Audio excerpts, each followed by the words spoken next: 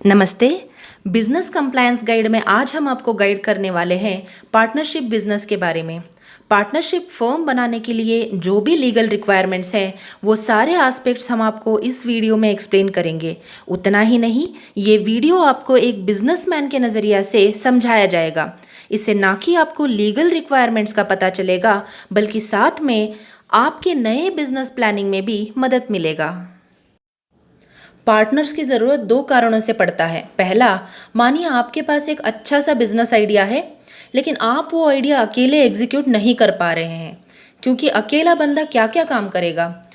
अगर आप सेल्स पे ध्यान दें तो परचेज डिपार्टमेंट का काम पीछे रह जाएगा। चलो सेल्स परचेज दोनों देख लें, तो भी कुछ काम ऐसे होते हैं जैसे कि अकाउंट्स, बुक कीपिंग और अदर कंप्लायंस, वो टाइम से नहीं हो पाएंगे, पीछे रह जाएगा। और मेन प्रॉब्लम ये है कि स्टार्टिंग में ही आप ज़्यादा लोगों की सैलरी बेयर नहीं कर सकते हैं। यहाँ आपको वर्किंग पार्टनर की ज़रूरत पड़ती है, जो कि बिजनेस में इनिशियल इन्वेस्टमेंट भी करे और काम में आपकी जिम्मेदारी भी शेयर करे। दूसरा, आपने अपने दोस्तों के साथ मिलकर कुछ अच्छा सा बिजनेस प्लान किया है, इन्वेस्टमेंट के लिए भी पैसा तैयार है, बस आप सबको एक साथ मिलके वो बिजनेस चालू करना है। लेकिन अब सवाल आता है कि बिजनेस चालू कैसे करें, कहाँ से शुरुआत करें, क्या क्या रिक्वायरमेंट्स है। तो अब जानते हैं रिक्वायरमेंट्स के बारे में। पहले आता है पार्टनरशिप डीड। लीगली बिजनेस करने के लिए आपको अपना पार्टनरशिप को राइटिंग में रखना होगा। मतलब आपको अपने पार्टनर्स के साथ एक पार्टनरशिप डीड बनाना होगा, और इस डीड पे प्रॉपर स्टैम्प ड्यूटी पे करना पड़ता है, ताकि ये डीड लीगली वैलिड रहे। डीड बनाने के लिए सबसे पहले अपना फर्म का नाम सोचिए। कोशिश ये करिए कि बिल्कुल यूनिक हो, नाम ऑलरेडी एग्जिस्ट ना करता हो। उससे आपको क्या होगा, रजिस्ट्रार ऑफ फर्म्स में जब रजिस्ट्रेशन करने जाएंगे और आगे जाके ट्रेडमार्क लेना होगा तो बहुत काम आएगा। सेकेंडली, ऑब्जेक्टिव ऑफ पार्टनरशिप, मतलब जो भी आपका बिजनेस प्लान है वो आपके बिजनेस ऑब्जेक्टिव में ड्राफ्ट करेंगे। इस विषय में मेरे एक सजेशन है कि ऑब्जेक्टिव को थोड़ा वाइड रखें। फॉर एग्जांपल, आपने प्रेजेंटली सोचा है कि केक का बिजनेस करेंगे, तो ऑब्जेक्टिव को इस तरह से ड्राफ्ट करें कि फूड इंडस्ट्री के रिलेटेड सारे एक्टिविटी कर सके। उसके लिए आपको बार बार आपके सप्लीमेंट्री डीड ना बनाना पड़े।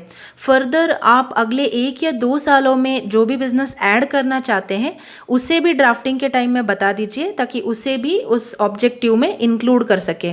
इसमें आगे आपका टाइम बच जाएगा और नया कुछ बिजनेस स्टार्ट करने से पहले सप्लीमेंट्री डीड वगैरह बनाने का काम कम होगा। अगर आइडिया अभी नहीं है तो कोई दिक्कत नहीं है, लेकिन अगर है तो उसको ऑब्जेक्टिव में ऐड करें।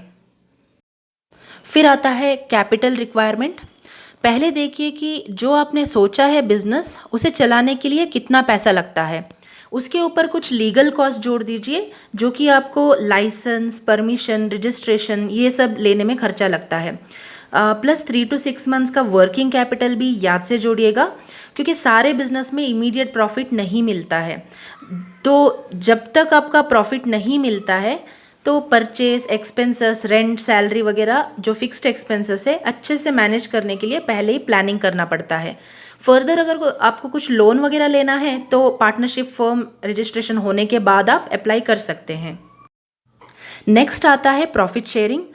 जिसने जितना कैपिटल कंट्रीब्यूट किया है उसी हिसाब से आपका प्रॉफिट शेयरिंग कैसे रहेगा वो भी डिसाइड कर लीजिए।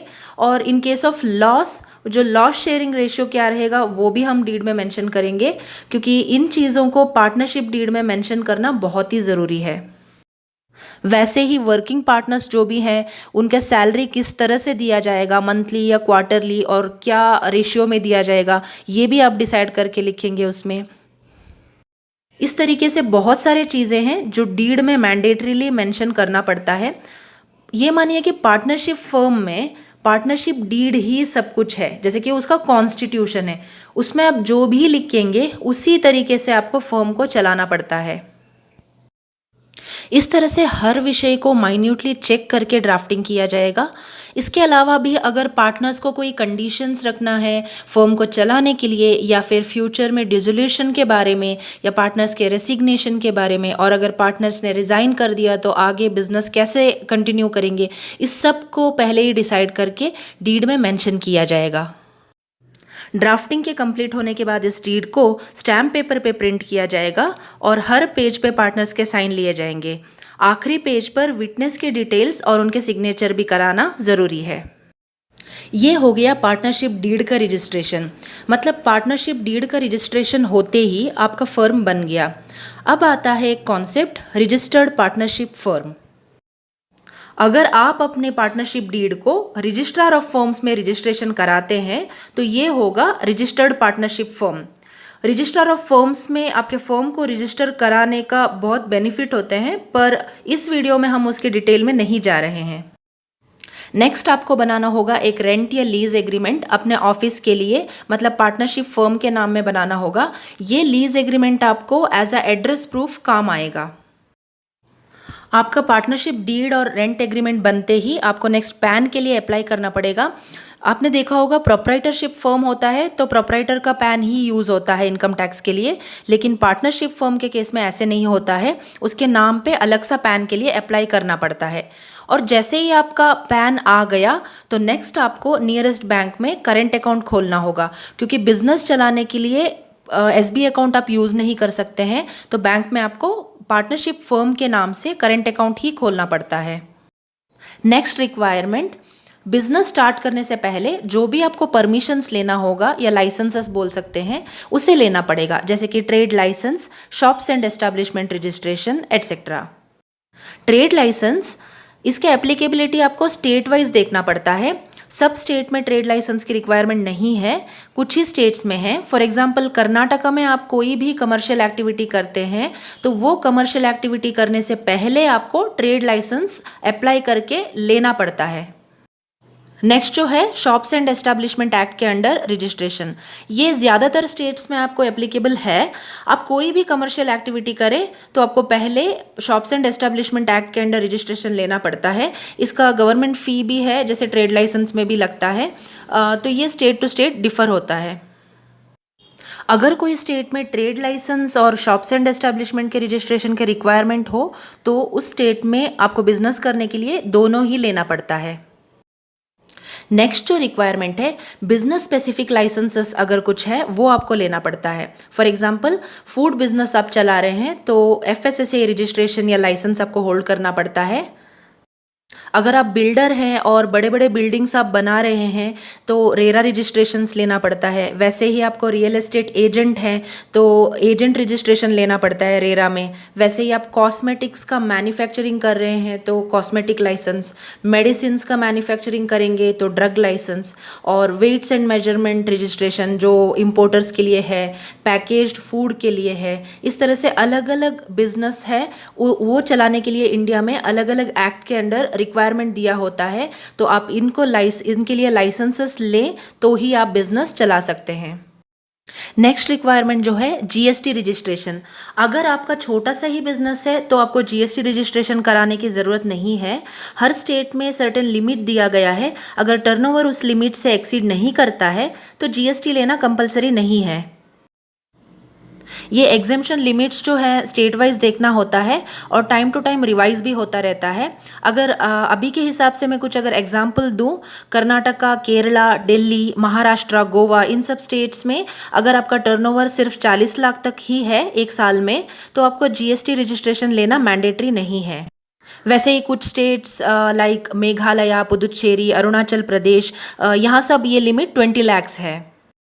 यहाँ पे आपका एक क्वेश्चन हो सकता है, अगर सर्टेन टर्नओवर तक GST एग्जेम्पशन है फिर भी आजकल बहुत सारे बिजनेसेस GST रजिस्ट्रेशन वॉलंटरीली ले रहे हैं, मतलब टर्नओवर एक्सीड नहीं कर रहा है तब भी अपने मर्जी से GST रजिस्ट्रेशन ले रहे हैं। ये क्यों? कभी कभी रजिस्ट्रेशन की ज़रूरत नहीं होती है तब भी वॉलंटरीली GST रजिस्ट्रेशन लेते हुए आपने देखा होगा लोगों को।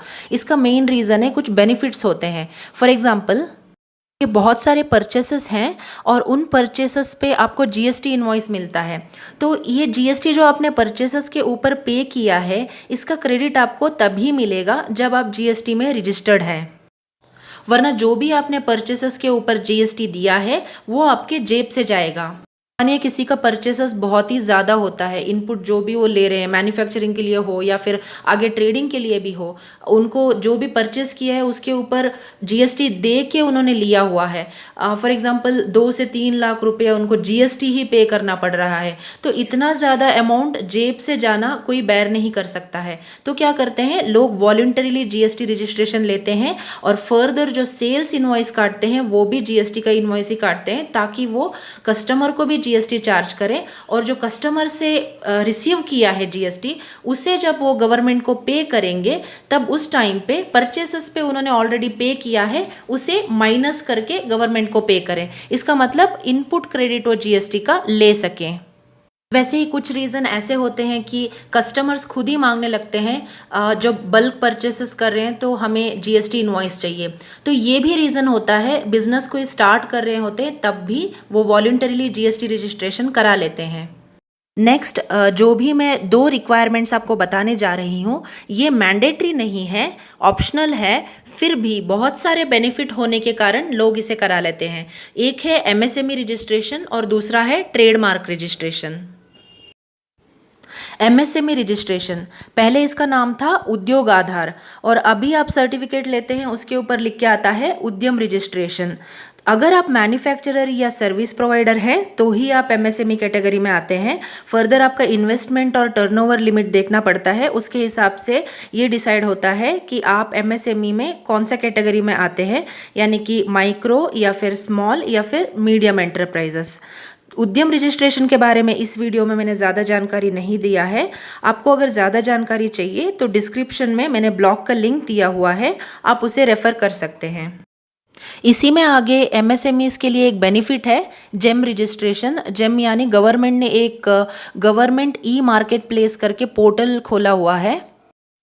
इस पोर्टल पे एमएसएमईज़ रजिस्टर करके अपने प्रोडक्ट्स और सर्विसेज को लिस्ट कर सकते हैं और जो भी गवर्नमेंट डिपार्टमेंट्स उनके ऑफिसर्स के रिक्वायरमेंट के लिए कुछ मटेरियल्स खरीदेंगे या सर्विस लेंगे तो उनको भी मैंडेटरी है कि कुछ परसेंटेज जेम से ही लेना पड़ता है। मतलब गवर्नमेंट ई मार्केट प्लेस जो है मैं बता रही हूँ उसके थ्रू ही लेना पड़ता है। तो एमएसएमईज़ के लिए ये बेनिफिट है कि गवर्नमेंट को अगर कुछ बेचना चाहे तो इस पोर्टल से डायरेक्टली वो सेल कर सकते हैं। इसके बारे में ज़्यादा जानकारी के लिए डिस्क्रिप्शन में मैंने ब्लॉग का लिंक दिया हुआ है, आप उसे रेफ़र कर सकते हैं। ट्रेडमार्क रजिस्ट्रेशन मैंडेटरी नहीं है, फिर भी इसे बहुत लोग स्टार्टिंग में ही ट्रेडमार्क रजिस्ट्रेशन करा लेते हैं क्योंकि नेचर ऑफ बिजनेस ही ऐसे होता है और नाम भी बाद में आपको अवेलेबल नहीं होता है। ट्रेडमार्क रजिस्ट्रेशन के जो नाम अवेलेबिलिटी है फर्स्ट कम फर्स्ट अलॉटमेंट के बेसिस पे होता है। अगर आपने फर्स्ट डाल दिया तो आपको अगर किसी का ऑब्जेक्शन नहीं आता है तो आपको जल्दी मिल जाएगा, और उससे पहले आपने रजिस्ट्रेशन कराने से पहले किसी और ने रजिस्टर कराया तो उस सेम नाम का आपको वापस ट्रेडमार्क नहीं मिल सकता है। और आगे आपको फॉर एग्जांपल कुछ फ्रेंचाइजीज देना है किसी को तो आपको रजिस्टर्ड नाम हो तो बहुत बेनिफिट है, इसीलिए ट्रेडमार्क रजिस्ट्रेशन बहुत लोग स्टार्टिंग से ही करा लेते हैं। फर्दर आपके बिजनेस को स्टार्ट करके सिस्टमैटिकली चलाने के लिए डिवीजन ऑफ लेबर को अप्लाई कीजिए। भले ही पार्टनर्स ओनर्स होते हैं फिर भी आप अपने जिम्मेदारियों को, मतलब फर्म के पूरे जिम्मेदारियों को पार्टनर्स के बीच में सही से बांटेंगे तो कोई भी काम पेंडिंग नहीं रहेगा और सब कुछ सिस्टमैटिकली टाइम से होता रहेगा। और वैसे ही सारे रिकॉर्ड्स को प्रॉपरली मेंटेन कर लीजिए। जैसे कि कुछ रिक्वायरमेंट्स होते हैं, मिनिमम रिक्वायरमेंट्स, अगर वो डे टू डे आप मेंटेन करें तो ईयर एंड में कभी दिक्कत नहीं होगा। जैसे कि सेल्स रजिस्टर, परचेस रजिस्टर और आपका attendance register, even including partners के और लेबर्स के भी या फिर कोई और वर्कर्स है उनके लिए भी, और सैलरी जो पे किया है वर्कर्स को या पार्टनर्स को उसके रिकॉर्ड्स रखना। अगर मैन्युफैक्चरिंग इन्वॉल्व है तो रॉ मटेरियल्स के रिकॉर्ड रखना, फिनिश्ड गुड्स के रिकॉर्ड रखना, वर्क इन प्रोग्रेस के रिकॉर्ड्स, और सबसे इंपॉर्टेंट कैश रजिस्टर, वरना पता नहीं चलेगा कि कैश कहाँ गया। तो डे टू डे बेसिस पे जो भी खर्चा करते हैं उसको कैश रजिस्टर में एंट्री करके रखना, और जो भी आपको इनवॉइसेस मिलता है वो सारा एक फाइल में मेंटेन कर लीजिए। मंथ एंड में आपका अकाउंटिंग हो जाएगा, बट अगर एक्सपेंसेस का इनवॉइस ही नहीं मिलेगा तो आपका खर्चा किया हुआ डिडक्शन भी नहीं हो पाएगा। तो प्रॉपर रिकॉर्ड्स मेंटेन करने से आपका बहुत कॉस्ट बच जाएगा। वैसे ही पीरियोडिक कंप्लायंसेस होते हैं, मंथली, क्वार्टरली, ईयरली। अगर इन्हें आप कंप्लीट करेंगे टाइम से तो आपको कोई एडिशनल कॉस्ट नहीं जाएगा, जैसे कि लेट पेमेंट फ़ी या फिर फाइन्स, पेनल्टीज, ये सारे अपने बच जाएंगे। जैसे जीएसटी आपने रजिस्ट्रेशन लिया हुआ है तो टाइमली जीएसटी पेमेंट करें, उसके रिटर्न टाइम से भरें, अकाउंटिंग टाइमली करें, और आईटीआर फाइलिंग करना है तो वो भी ड्यू डेट से पहले ही करें। और अदर रिटर्न्स जैसे कि इंडस्ट्री स्पेसिफिक लाइसेंस के अंडर कभी कभी रिटर्न्स होते हैं, मैन्युफैक्चरर हैं तो उनके लिए ज़्यादातर होता है, तो वो सारा प्रोफेशनल से जान ले कि मेरा एक कंप्लायंस कैलेंडर आप दे दीजिए और उसी अकॉर्डिंग आप चेक कर सकते हैं या आप खुद कर सकते हैं या करवा सकते हैं प्रोफेशनल से या अपने एम्प्लॉयज़ से। और टाइमली कंप्लायंस करने से आपको बहुत सारा कॉस्ट बच जाएगा। ये हो गया रिक्वायरमेंट्स के बारे में, जो कि पार्टनरशिप बिजनेस स्टार्ट करने के लिए आपको क्या क्या चाहिए और सिस्टमेटिकली उसे कैसे रन कर सकते हैं। लेकिन जो भी हमने ये रिक्वायरमेंट्स दिया है ये जनरल रिक्वायरमेंट्स हैं जो कि जनरली सभी बिजनेसेस के लिए लागू हैं। इसके ऊपर भी कुछ स्पेसिफिक रिक्वायरमेंट हो सकते हैं जो कि नेचर ऑफ बिजनेस को देख के ही बता सकते हैं। आई होप कि इस वीडियो से आपको ज़रूर मदद मिल गया होगा अगर आप देख रहे हैं कि पार्टनरशिप बिजनेस की शुरुआत कैसे कर सकते हैं।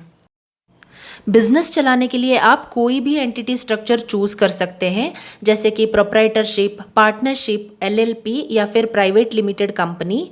हर बिजनेस स्ट्रक्चर के एंटिटी स्ट्रक्चर के अपने ही एडवांटेजेस और डिसएडवांटेजेस होते हैं। हम कोशिश करेंगे कि अगले वीडियोस में आपको प्राइवेट लिमिटेड कंपनी और एलएलपी के बारे में बताएं। धन्यवाद।